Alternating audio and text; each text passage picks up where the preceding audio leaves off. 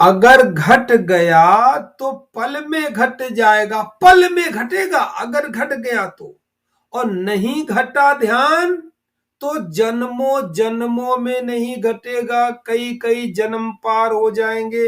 इसलिए ध्यान की कहानी बहुत सूक्ष्म है। ये करना उतना जरूरी नहीं है जितना जरूरी इसको मस्तिष्क से समझना है। एक संत हुए अष्टावक्र, अष्टावक्र और शिष्य हुए हैं उनके जनक।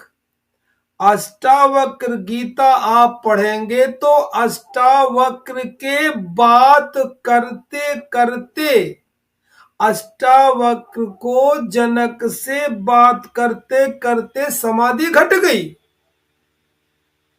और यहां पूरा पूरा जीवन हो जाता है करते। 70-70 साल बीत जाते हैं, 80-80 साल बीत जाते हैं, और फिर भी करते रहते हैं, कुछ होता है नहीं।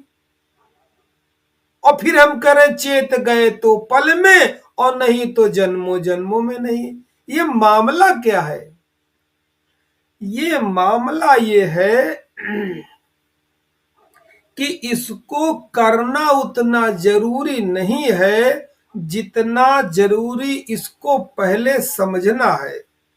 हालांकि मैं उल्टी बात कर रहा हूं। हमको ये कहना चाहिए कि इसको समझना जरूरी नहीं, समझना जरूरी नहीं है, करना जरूरी है। कर करके अनुभव होगा, ये मैं कहता हूं, सभी संत यही कहते हैं कि ये बुद्धि की चीज नहीं है, हृदय की चीज है। ये समझने से न होगी, करने से होगी। मगर अब मैं उस जिसने ये सुन रखा है, अब उसके लिए मैं कह रहा हूं दूसरा पॉइंट, इसका उल्टा पॉइंट। मैं कह रहा हूं कि करने से नहीं होगा, समझने से होगा। होगा नहीं मतलब इसकी समझ बहुत जरूरी है। अब जरा उस बच्चे का उदाहरण समझिए। सुबह 9 बजे से और शाम 5 बजे तक विधिवत आसन पर वो जंगल में पेड़ के किनारे यही हमारे करीब में ही बैठा रहा। हमने तो सोचा होगा गया है, दीपावली का दिन है, घंटे 2 घंटे बैठेगा, भूख प्यास लगेगी, चला जाएगा। मगर जब वो शाम को वापस आया तो उसने बताया, गुरुजी हमने पूरे दिन ध्यान किया और कुछ भी अनुभव नहीं हुआ, कुछ हुआ ही नहीं। और जबकि कभी कभी आपके साथ बैठते हैं तो अगर 1-1.5 घंटे बैठे हैं तो उसमें कभी कभी तो 10, 5 या 15 मिनट के लिए कुछ हो भी जाता है, बड़ा अच्छा सा लगता है, पता चलता है। और मुझे तो पूरे दिन हो गया, कुछ ना हुआ। ऐसा क्यों? इसीलिए मैं कहता हूं कि ध्यान करना जरूरी तो है, मगर उसके पहले इसको समझना बहुत जरूरी है। जैसे न करने से तो कुछ न होगा, न करने से, तो पॉइंट समझिएगा, न करने से कुछ नहीं होगा, और फिर करने से भी कुछ नहीं होगा। करने का मतलब ये हुआ, अगर ये करने से होता, कोई प्रयोग की चीज होती तो विज्ञान इसको पहले कर लेता। विज्ञान के पास तो हजारों उपकरण हैं, हजारों इक्विपमेंट हैं, हमसे आपसे अच्छा कर सकता है। हम बेड में करते हैं, वो बढ़िया ऊनी खाल में करता, सीधे भेड़ की ऊन लाता बनाता। हम टोपी कहते हैं, टोपी पहनाता 1000-2000 आदमियों को। हम ध्यानियों को कहते हैं खड़ाओं पे चढ़ो, वो विज्ञान खर्चा करके 1000 आदमियों को ऊपर प्रयोग करने के लिए वो सबको खड़ाऊ पहनाता, ध्यान कराता, खड़ाऊ पहनाता, टोपी पहनाता, मुफ्त में खाने का प्रबंध करता, सब कुछ करता। तो विज्ञान तो सब कुछ कर सकता है, व्यवस्था हो जाती। मगर करने की चूंकि क्रिया है नहीं, इसलिए विज्ञान भी यहां फेल है। करने से विज्ञान मिलता है, ध्यान नहीं मिलता है। अब स्थिति आती कि करने से भी नहीं मिलेगा और न करने से भी नहीं मिलेगा। करने से माने उस लड़के ने सुबह 9 बजे से शाम 5 बजे तक किया, कुछ नहीं मिला।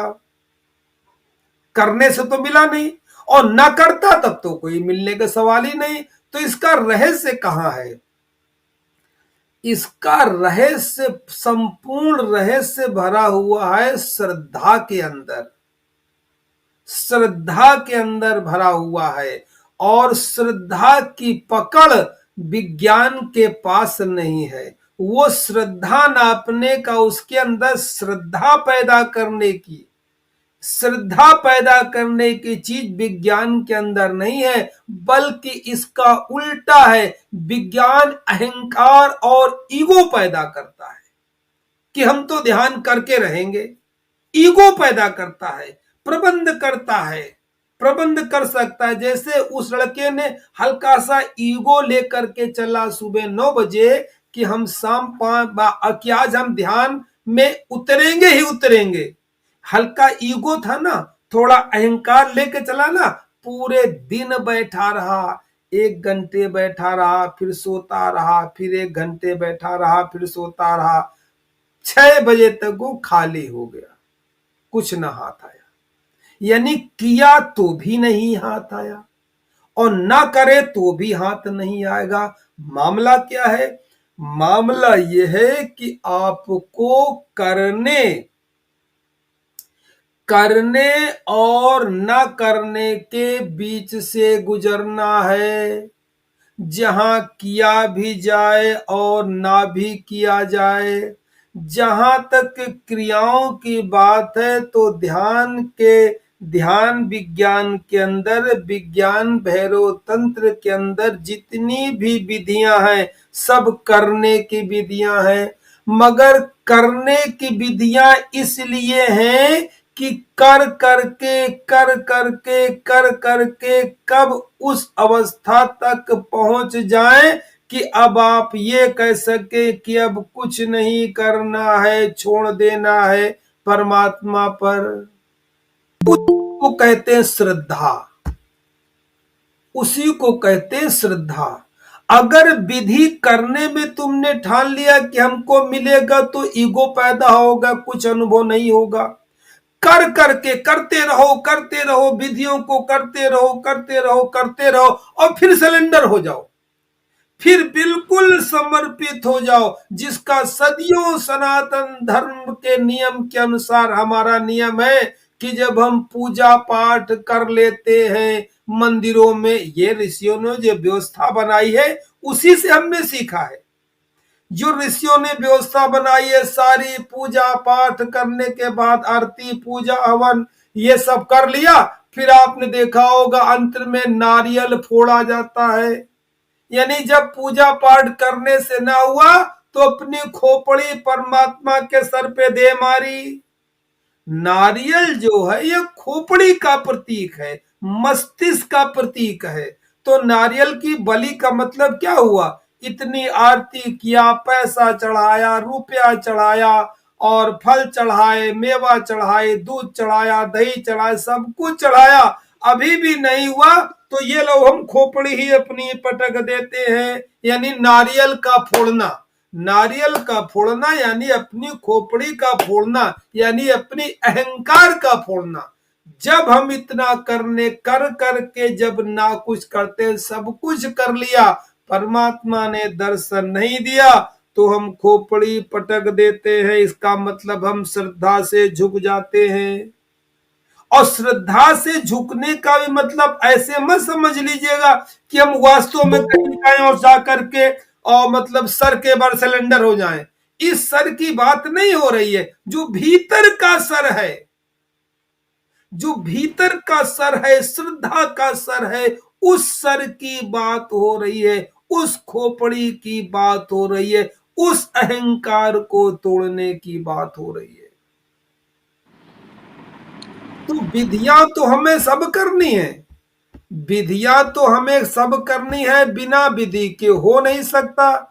और विधियों के साथ साथ बाद में ऐसी भी अवस्था पैदा करनी है कि अब मेरे बस का नहीं है और तू जान तेरी माया जान।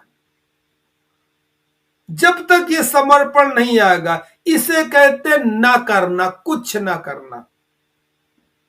इस बात को समझना बहुत जरूरी है। जिसने समझ लिया बेड़ा पार है। तो करना भी जरूरी है, समझना भी जरूरी है, और फिर इस पर प्रयोग भी जरूरी है। और श्रद्धा तो पैदा कराई नहीं जा सकती। दुनिया में ऐसी कोई विधि पैदा नहीं हुई कि श्रद्धा कराई जा सके, किसी को श्रद्धा पैदा की जा सके, ऐसी दुनिया में कोई विधि नहीं है। इसीलिए मैं कहता हूं भक्ति सिखाई नहीं जा सकती। आपने भक्त देखा हो ना, मथुरा वृंदावन जाते होंगे, मतलब कोई बात नहीं है, हल्की भक्ति समझिए। भक्त तो अलग अलग हुए, मीरा भक्त हुई, दादू भक्त हुए, भक्त तो भक्त, चैतन्य महाप्रभु भक्त हुए। तो भक्ति तो सिखाई नहीं जा सकती, ध्यान और योग सिखाया और सीखा भी जा सकता है। भक्ति तो अपने आप पैदा होती है। ध्यान और भक्त को अलग मत समझिएगा। भक्ति बहुत ऊंची चीज है। ये जो संसार में आप भक्त देखते हैं ना, कि मथुरा वृंदावन में इतने भक्त जा रहे हैं, खाटू श्याम में करोड़ों भक्त जा रहे हैं, गुरुओं के यहाँ सारे भक्त जा रहे हैं, इनको भक्त मत समझिएगा। ये सब तो भिखारी जा रहे हैं मांगने, यहां ना मिला दूसरी जगह चले जाएंगे, ये भक्त नहीं है। भक्त करोड़ों में एक पैदा होता है। ये तो सारे के सारे भिखारी जा रहे हैं, ये भक्त नहीं है।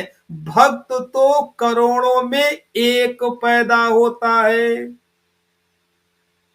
आप ऐसा मत समझ लीजिएगा कि जो भक्ति कर रहा है, पूजा पाठ कर रहा है, लगातार वृंदावन जा रहा और उसकी वो गोवर्धन की परिक्रमा कर रहा है और खाटू श्याम जा रहा है और भाग करके आपका वो कहा वैष्णो देवी जा रहा, केदारनाथ जा रहा, बद्रीनाथ जा रहा, सब भक्त हो गए, ये भक्त नहीं है, सारे के सारे भिखारी हैं। इसको अच्छी तरह समझना पड़ेगा कि परमात्मा न तो करने से मिलेगा और न तो न करने से मिलेगा। कर करके जब हम छोड़ देंगे, कोई भी विधि जब हम कर करके छोड़ देंगे और छोड़ने के बाद खोपड़ी पटक देंगे, यानी श्रद्धा से झुक जाएंगे, तब जाकर के कहीं परमात्मा तत्व का अनुभव संभव हो सकता है। मैं ये भी नहीं कर रहा हूं कि हो जाएगा, मैं कह रहा हूं संभव है। परमात्मा कोई छोटी मोटी चीज मत समझिएगा। अरे अनंत ब्रह्मांड का रचयिता, इतनी बड़ी आकाश गंगा, इसको कंट्रोल करने वाला, इसको संचालित करने वाला, उस शक्ति का नाम परमात्मा है, उस ब्रह्मांड की एनर्जी का नाम परमात्मा है। वो कोई हंसी खेल नहीं है कि तुम कुछ करोगे और पालोगे। 4 दिन वैष्णो देवी चले जाओगे, खाटू श्याम चले जाओगे, वृंदावन चले जाओगे, केदारनाथ चले जाओगे, तुमको मिल जाएगा ना। इस धोखे में मत रहना। कोई छोटी मोटी चीज नहीं है कि तुम उसको पत्थर में ढूंढ लोगे। अरे कम से कम इतनी तो बुद्धि लगाओ, थोड़ा सा विचार करो। तुमने पत्थर को ही मान लिया, उसी को पूजे जा रहे हो, दूध दही घी शहद और भंडारे और ये वो। अरे कुछ तो समझो, इतनी छोटी चीज नहीं है वो। तो न तो करने से मिलेगा, अगर करने से परमात्मा तत्व का अनुभव होता तो विज्ञान से ज्यादा तुम नहीं कर सकते हो। तुमसे पहले जर्मनी, जापान और अमेरिका कर लेते, उसको पा जाते। अगर करने, कुछ भी करने से अगर मिलता तो विज्ञान इतना समर्थ है कि अमेरिका, चीन, जापान, जापान का विज्ञान तो और तेज है, वो कुछ भी कर लेता, मगर करने से आत्म तत्व और परमात्मा का अनुभव नहीं हो सकता है, और न करने से तो हो ही नहीं सकता है। तो हमको अच्छी तरह समझ लीजिए, करने और न करने के बीच में गुजरना है, इसको भली भांति मस्तिष्क में समझ लीजिए। गुरुदेव, ये रोज भी नहीं घटता ना जी? ये रोज भी नहीं घटता ना? रुके रुके, अभी बीच में टॉपिक बदल जाएगा, बात ठीक है, प्रश्न बाद में पूछिए, ठीक है। क्योंकि जहां से धारा बहती है फिर शब्द टूट जाते हैं। जो प्रश्न होता बाद में पूछिएगा। पहले जो कह रहा हूं, क्योंकि बहुत ये नहीं कि सभी लोग सुनते हैं, जो कहा जाता है उसे कुछ ही लोग सुनते हैं, सब कान से सुनते हैं, अधिकांश कान से सुनते हैं, और भीतर उनके मस्तिष्क में उसका तोड़ विरोध चलता रहता है कि ये सही कह रहे हैं कि ये गलत कह रहे हैं, ऐसा हो सकता है, ऐसा नहीं हो सकता, ऐसा कैसे हो सकता है, ये उधेड़ बुन मस्तिष्क में चला करता है। इसलिए हम किसी बात को ढंग से सुन भी नहीं पाते हैं। इसीलिए तो ऋषियों ने चालीसा का उपाय बताया कि कोई बात सुननी है तो उसको 101 बार पढ़ो। क्या हुआ मंत्र का मतलब? करोड़ों की संख्या में लोग मंत्र जपे जा रहे हैं, क्या मतलब हुआ इसका? तुम सुनना नहीं जानते हो, तो कम से कम सुन सको, इसलिए मंत्रों की संख्या बढ़ाई गई। हनुमान चालीसा करनी इतने बार करो, दुर्गा सप्तशती करनी, सप्तचंडी यज्ञ करो। अरे जब यज्ञ करना है तो एक मंत्र काफी है। अरे अग्नि जला लो, एक मंत्र बोलो, स्वाहा बर लो, हो गया यज्ञ। मगर तुम सुनने को राजी नहीं हो, तुम्हें तो सतचंडी यज्ञ चाहिए। जब 1000 बार, सैकड़ों बार बोला जाएगा तब भी तुम्हारे कान में नहीं पड़ेगा। इसलिए ऋषियों ने विधि निकाली, भैया इनको बार बार करो, माला बनाई। तो कहां मैं आ रहा था, मैं भटक गया अपनी मार्ग से। मैं कह रहा था करने से भी नहीं मिलता है और न करने से भी नहीं मिल सकता है, ये तो जानते हैं। समझ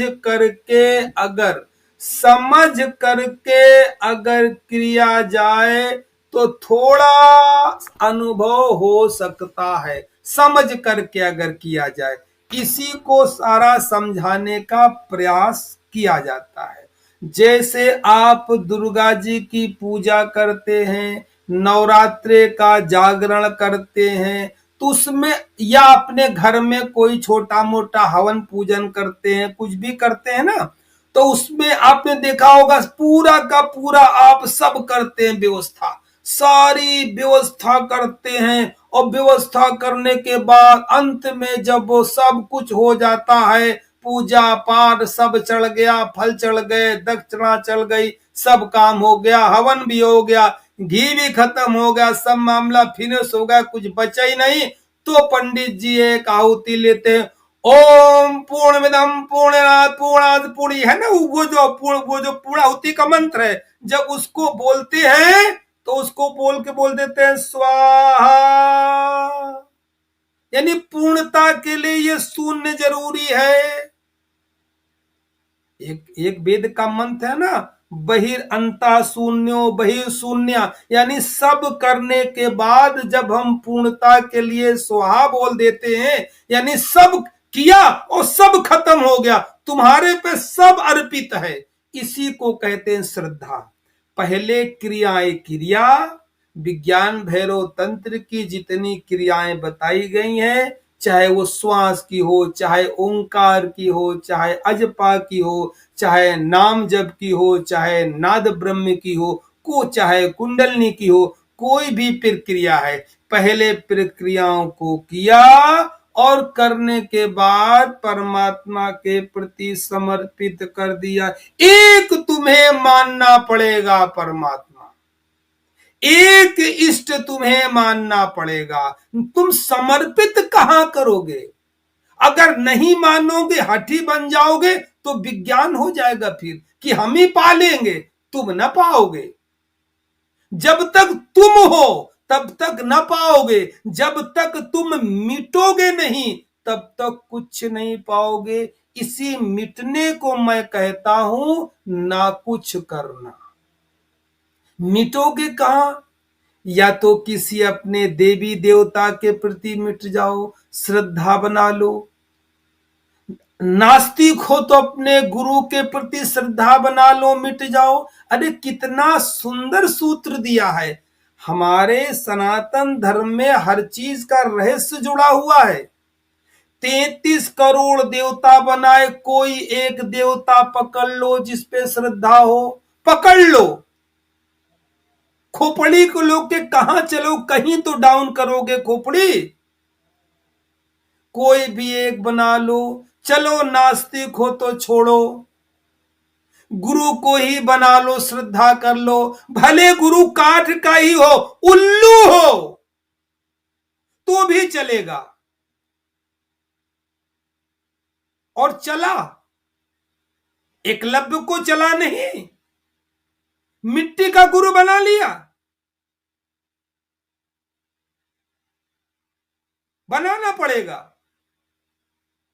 और सूत्र लिखा है, कितना सुंदर सूत्र है। इधर तो हमने 33 करोड़ देवता बनाए, और उधर जब आराधना करते हैं तो गुरुर ब्रह्मा गुरुर विष्णु गुरुर्देवो महेश्वरा, यानी गुरु को ही ब्रह्मा कह दिया, यानी ब्रह्मा को नकार दिया। गुरु को ही विष्णु कह दिया, विष्णु को नकार दिया। गुरु को ही शंकर कह दिया, शंकर को नकार दिया। गुरुर ब्रह्मा गुरुर विष्णु गुरुर्देवो महेश्वरा, गुरु साक्षात परम ब्रह्म, यानी गुरु को साक्षात परम ब्रह्म ही भी कह दिया। जबकि जगत जानता है कि परम ब्रह्म का कोई रूप नहीं है, तो गुरु कैसे हो जाएगा? मगर गुरु को समझाने का प्रयास किया कि अगर तुम्हारा मन नहीं मानता है, तुम्हारे मन में इच्छा होती है कि कहीं न कहीं अपना भाव प्रकट करें, कुछ न कुछ तुम कहे, तो गुरु के पास चले जाओ। वही ब्रह्मा है, वही विष्णु है, वही महेश है, वही साक्षात परम ब्रह्म है। ऐसी श्रद्धा करके गुरु के प्रति समर्पित हो जाओ। कहीं तो समर्पण लाओगे। अहंकारी रहोगे तो टूट जाओगे। समर्पण लाना पड़ेगा, श्रद्धा लानी पड़ेगी। और श्रद्धा सिखाई नहीं जा सकती, श्रद्धा तो अपने आप पैदा होती है। फिर मैं कहता हूं कि ध्यान से श्रद्धा पैदा होती है। जब धीरे धीरे तुम ध्यान करते रहते हो, अंतरात्मा के प्रति ऐसा घटता चला जाता है कि तुम्हारे होश उड़ जाते हैं। कुछ ऐसी ऐसी स्थिति से तुम परिचित हो जाते, वाकिफ हो जाते हो, जहां आनंद तो है मगर उसकी व्याख्या नहीं करते, तो श्रद्धा अपने आप घट जाती है। अब अभी जो बचाया, वो जो बच्चा सुबह 9 बजे से शाम 6 बजे तक बैठा रहा ध्यान करने, है पूरे दिन उसने ध्यान किया, भूखे पेट उसने ध्यान किया, 1 घंटे किया फिर सो गया, 1 घंटे, उसको कुछ नहीं हुआ।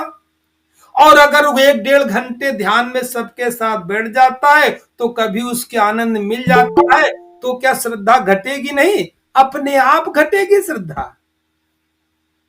फिर तो उसके प्रति श्रद्धा कहनी नहीं पड़ेगी, अपने आप घटेगी। वो जान गया कि करने से भी न होगा और ना करेगा तो होगा ही नहीं, मगर कर करके उस अवस्था में पहुंचना है कि कर करके नहीं कर सकता, तब जा करके कुछ काम हो जाएगा। वो परमात्मा है, कोई हंसी खेल की चीज नहीं है। छोटी सी फैक्ट्री चलाते हो, छोटी सी दुकान चलाते हो, छोटा सा तुम अपना कोई कारोबार करते हो या बड़ा कारोबार करते हो तो उसके लिए कितना परिश्रम करते हो, परिश्रम भी करते हो, सब कुछ लगाते हो, धन भी लगाते हो, समय भी देते हो, तब जाकर के कहीं वो थोड़ा थोड़ा सफल कर पाते हो। और वो तो परम की यात्रा है। और देते कितना हो, 1 घंटे, 24 घंटे में 1 घंटे या 2 घंटे, या फिर संस्कारों के बस कुछ देते नहीं, नियम परिपाटी चली आ रही है, सुबह गंगा मतलब स्नान किया, मंदिर चले गए, घंटी हिलाए, धूप बत्ती आ गए, घर आ गए, अगर ये कर रहे हो जीवन भर तब तो कोई बात नहीं, तब तो लगे रहो, कोई बात नहीं। मगर अगर प्यास है तो तुमको उन विधियों से गुजरना पड़ेगा।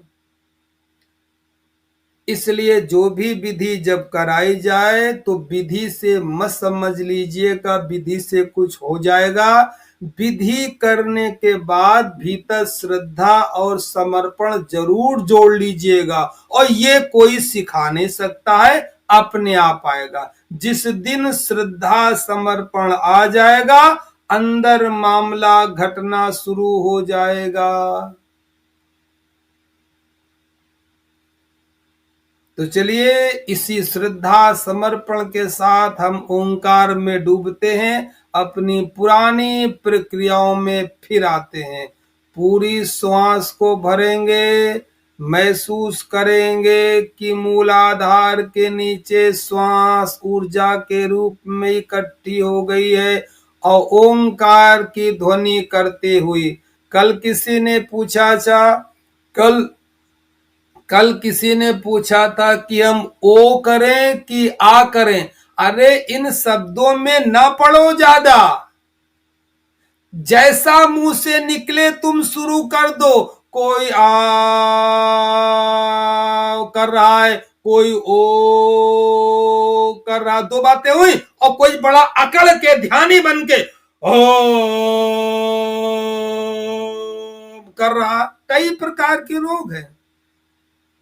तो इन बातों पे ध्यान मत दो, तुम तो करते रहो। तुम्हारे ओम कहने से भी हो जाएगा, और ओम ना कहो और भी कुछ कहो, राम कह लो, कृष्ण कह लो, तो भी हो जाएगा। जरा ओम में आसानी होती है। ये ब्रह्मांड की ध्वनि है, ये सूर्य की ध्वनि है, उससे हमारी ध्वनि मेल खाती है। इसलिए ओंकार को भारतीय संस्कृति के अनुसार प्रणव कहा है। इससे जरा आसानी हो जाती है। तो ये फिक्र न करें कि ओम कहना है कि आ करना है कि ओ कर, अरे जो मर्जी आए करते रहो, केवल श्रद्धा में डूबो, श्रद्धा को समझो। इसीलिए मैं कहता हूं कि घट गया तो पल में, नहीं तो जन्मों जन्मों में नहीं। चलो अब फिर विज्ञान का भी सहारा लेना पड़ेगा। हमने कहा ना, करने न करने, जब करने की बात आए तो विज्ञान का सहारा लो, न करने की बात आए तो खोपड़ी का सहारा लो। खोपड़ी रूपी नारियल पटक दो भगवान के आगे कि मैं नहीं जानता, अब तू जान, तेरी माया जान। तो विज्ञान का सहारा लेने के लिए फिर वही नियम, ऊनी आसन पे बैठना जरूरी है। सर पे कपड़ा तो प्रतीक है, एक ऊनी टोपी या कोई ऊनी वस्त्र जरूर है। नीचे बैठने के लिए आसन जरूर है। कमर की हड्डी, रीढ़, सुषुम्ना नाड़ी सीधी खड़ी हो जाए, इसके लिए सीधे बैठना जरूरी है। ये सब विज्ञान के तहत नियम है जो हमको करने पड़ते हैं, करना जरूरी है। फिर करते करते श्रद्धा पैदा करते हैं, ना करने में पहुंचना है, करते करते ना करने में जाना है। तो आराम से पूरी श्वास भर लेंगे, ओंकार की ध्वनि निकालेंगे, 3 अक्षरों का प्रयोग करेंगे, आ, उ और मा। जब श्वास भर लेंगे रीढ़ की हड्डी के नीचे, तो धीरे से प्रारंभ से आ से उठाएंगे और तुरंत ओ ले आएंगे। ओ आ जाए, कुछ भी आ जाए। आ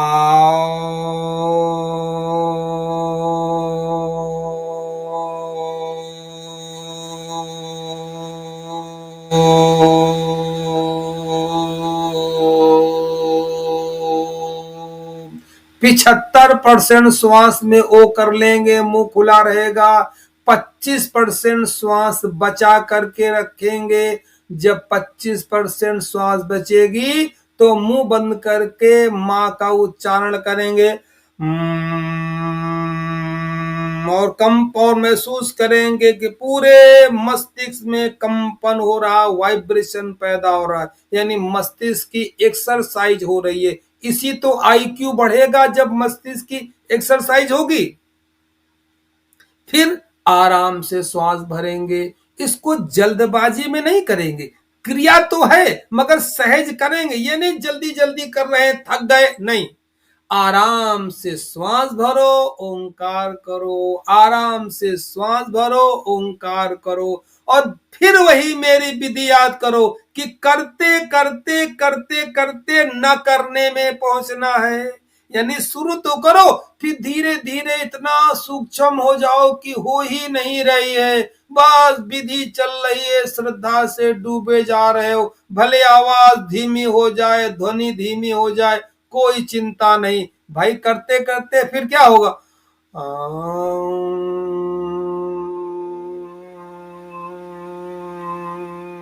आवाज भी कम हो जाएगी, ताकत भी कम हो जाएगी, अब श्रद्धा बढ़ जाएगी भीतर। इस विधि से करते रहोगे, डूब करके करोगे और ये महसूस करो कि ये ध्वनि रीढ़ की हड्डी में हो रही है। बस इतना तक ही कर सकते हो, बाकी परमात्मा पे छोड़ो। चलो